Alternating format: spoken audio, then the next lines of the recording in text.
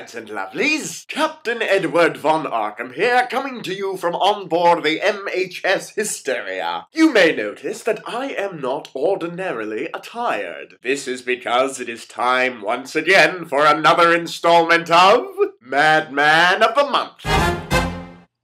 That never gets old. This month I honor a man mad enough to make a living by defying death and dancing with danger. And putting on a jolly good show of it as well. Lads and lovelies, I give you the amazing Harry Houdini. Master magician, illustrious illusionist, and expert escapologist. Houdini was born Erich Weiss to a Jewish family in Budapest in 1874 and came to America with his family 4 years later. In 1891, Erich began his career as a professional magician. He changed his name to Harry Houdini as homage to the French magician Jean-Eugène Robert Houdin. At the start of his career, Houdini focused on traditional card tricks, but soon branched out into a brand new type of stage act, escapology. He would have volunteers from his audience come on stage and shackle him in chains and cuffs,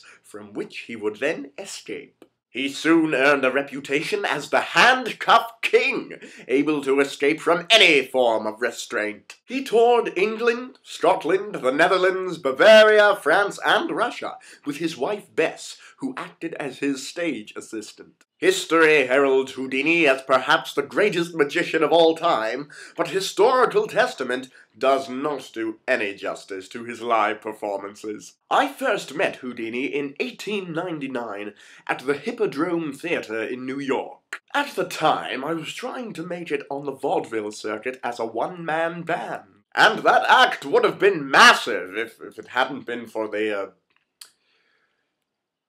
trombone incident.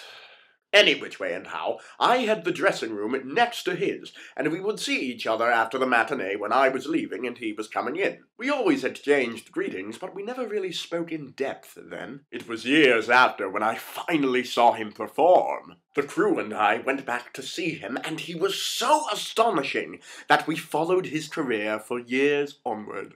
We saw him once escape from a straitjacket while suspended 50 feet upside down from a crane by his ankles. Took him 2 minutes. We went to see him again and again in all manner of astounding display of cunning skill. We saw him cuffed by the wrists and ankles and nailed into a packing crate that was roped up, weighed down, and thrown into a river, and escape. We saw him strapped into a straitjacket, sealed inside a bronze casket, and buried in a tank filled with sand, and escape. But the most spectacular stunt that we ever witnessed him perform was indisputably the Chinese water torture cell. We watched as Houdini's wrists were shackled behind his back, his feet secured into a set of stocks, and then we held our breath as Houdini held his, as he was lowered upside down into a glass tank of water.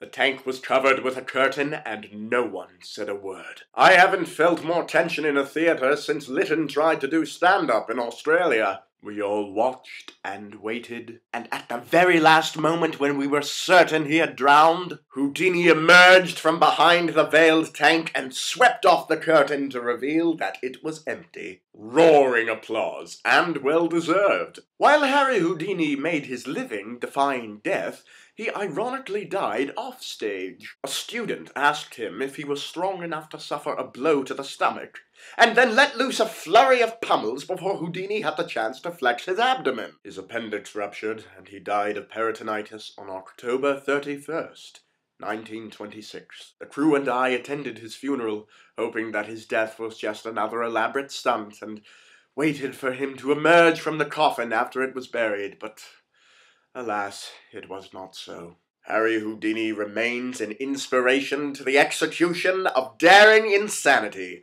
both to performer and practitioner. And to honor him, I have had the crew adorn me in one of my casual utility straitjackets, from which I shall now attempt to escape.